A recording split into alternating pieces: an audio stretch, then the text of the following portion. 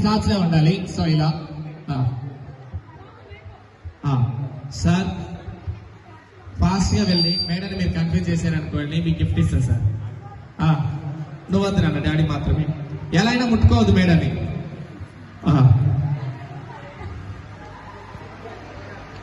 అయిపోయారండి. So Suresh sir